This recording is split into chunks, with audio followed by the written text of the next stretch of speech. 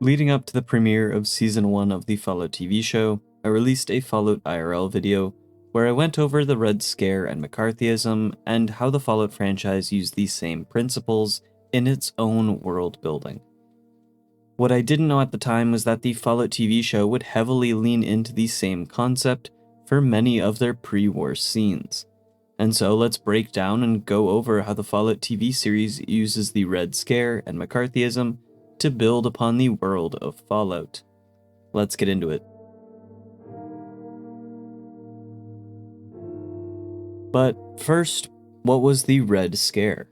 To recap, the Red Scare refers to a period of intense fear of communist influence and the spread of communism in the United States, especially in the late 1940s and 1950s. Senator Joseph McCarthy became infamous for leading witch hunts against alleged communists, often without solid evidence. It was a time where folks were put on blacklists, made to swear loyalty oaths, and under constant surveillance, all in the name of national security. People were encouraged to report on their neighbors, coworkers, even family members.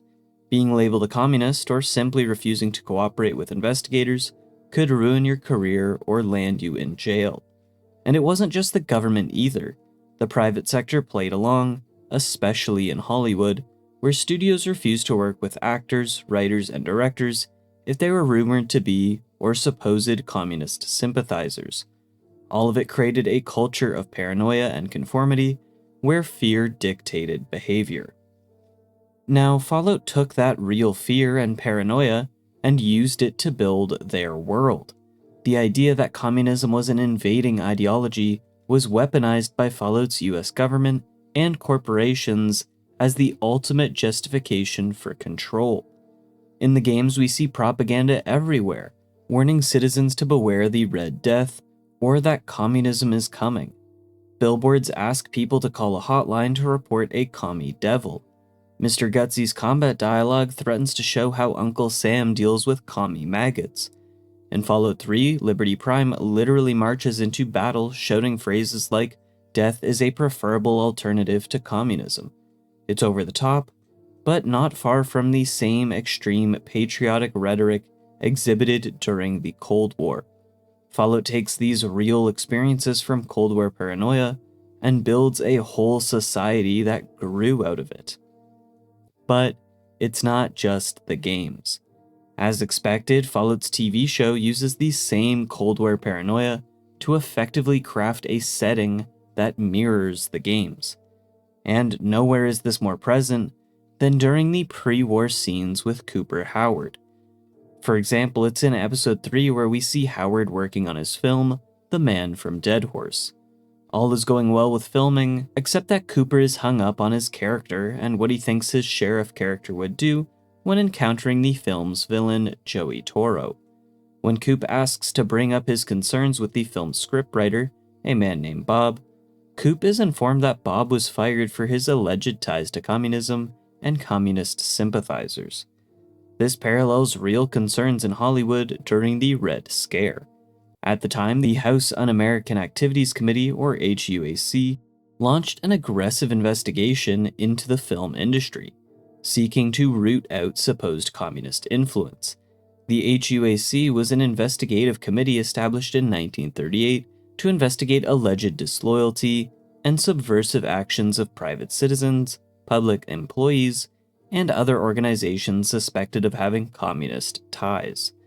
Hollywood and the film industry was under quite a bit of scrutiny from the HUAC.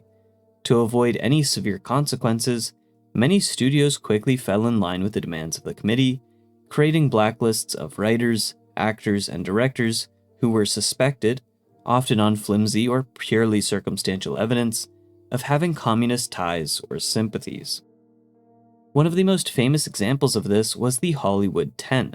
They were a group of 10 screenwriters and directors who refused to testify before the HUAC in 1947. All 10 were cited for contempt of Congress, fined, and sentenced to a year in prison. More importantly, they were blacklisted by the major studios, effectively ending or severely damaging their careers. Beyond the Hollywood 10, countless others were forced to testify and name names, or face the same fate. Even a rumor of communist leanings could lead to an actor or writer being fired or ostracized by the industry. Careers were destroyed, and a climate of fear took hold in Hollywood, not unlike the paranoia that Fallout shows through Cooper Howard's story. So when we see Bob, the scriptwriter, fired in Fallout's pre-war scenes simply for alleged communist sympathies, it acts as a direct reference to how real-life creatives were purged from Hollywood during the McCarthy era. Furthermore, despite some hesitancy, the Man from Dead Horse's director, Emil, tells Cooper that his character's decision to execute Joey Toro fits with the movie studio's vision, a new Western for a new America, one which has defeated communism. By rewriting Cooper Howard's good guy sheriff into judge, jury, and executioner, Emil transforms The Man from Dead Horse from a classic Western into a sort of propaganda film. It's no longer just a story about a sheriff bringing outlaws to justice. It instead becomes a film pushing the idea that violence against perceived communists is both justified and heroic. This shift is made quite clear in the scene itself, where Cooper's character taunts Joey Toro before shooting him, saying, "I hope you like the taste of lead, you commie son of a bitch." That line removes any doubt about what the Man from Dead Horse is trying to say for its themes. These same themes can be found in some of the movies and films during the Red Scare.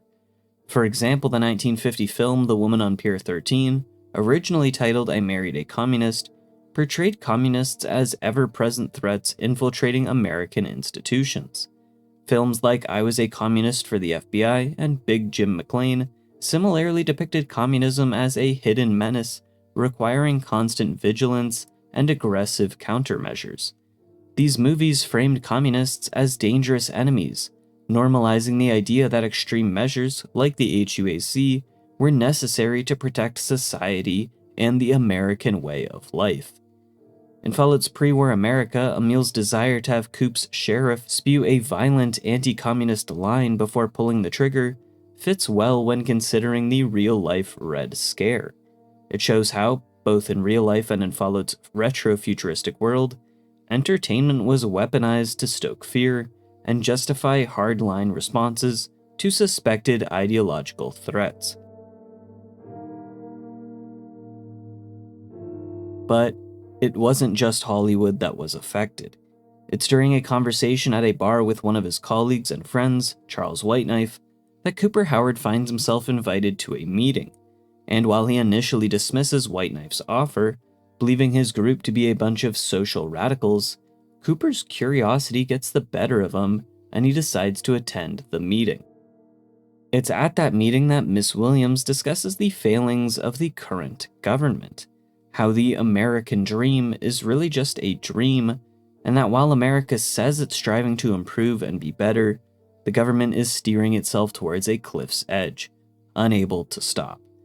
But it's when Cooper hears Williams compare American soldiers to Chinese ones, noting they might have more in common than they think, that Cooper grows tired of the meeting, reducing it to a gathering of secret communists. And that's not too dissimilar from real life. During the Red Scare, meetings where people questioned America's domestic or foreign policies, even if it was in good faith, were enough to draw suspicion. For example, organizations like the American Civil Liberties Union, civil rights groups, or even labor unions were sometimes accused of being communist fronts. One famous case was the Independent Citizens Committee of the Arts, Sciences, and Professions. The group advocated for world peace and didn't appreciate President Truman's aggressive anti-Soviet and anti-labor policies. But because some of the members supported left-leaning ideas, the HUAC and FBI scrutinized the group heavily, treating meetings as hotbeds of communist conspiracy. The real paranoia and fear of communism made even peaceful discussions about social change seem dangerous. After Cooper's outburst, Williams reveals that Vault-Tec hides some darker secrets. She reveals that her research company, on the verge of solving the world's energy crisis using cold fusion nuclear power, was quickly bought out by Vault-Tec, and the project was shelved indefinitely. According to her, this was done so Vault-Tec could continue profiting off the global chaos of the resource wars, and the escalating Sino-American conflict. This could be inspired by similar real-world events during the early Cold War. Some scientists who spoke out about the dangers of nuclear weapons, or who called for controls to be put in place regarding nuclear arms, were often accused of being soft on communism or outright communist sympathizers. Figures like J. Robert Oppenheimer, the father of the atomic bomb, famously argued for international oversights of nuclear weapons and limits on their creation after World War II. But instead of being heard, Oppenheimer was stripped of his security clearance in 1954, largely because his calls for cooperation with other nations and caution about nuclear escalation were seen as suspicious in the era of McCarthyism.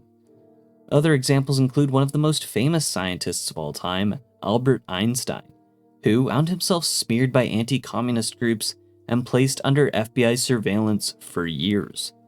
This climate of fear meant that anyone pushing for arms control or questioning the nuclear status quo could be branded unpatriotic or a potential traitor. The US government's drive to maintain its nuclear edge and its intense suspicion of communist influence often led to ruined reputations, lost funding, and lives upended, all because they advocated for peace and nuclear safeguards. The Fallout TV show, showing Vault-Tec burying life-changing technology to protect its profits, mirrors how, in real history, powerful institutions sometimes prioritized geopolitical or corporate interests over potential solutions that could have de-escalated the Cold War. Miss Williams' story is similar to how the Red Scare resulted in the voices calling for peace being silenced by fear and greed.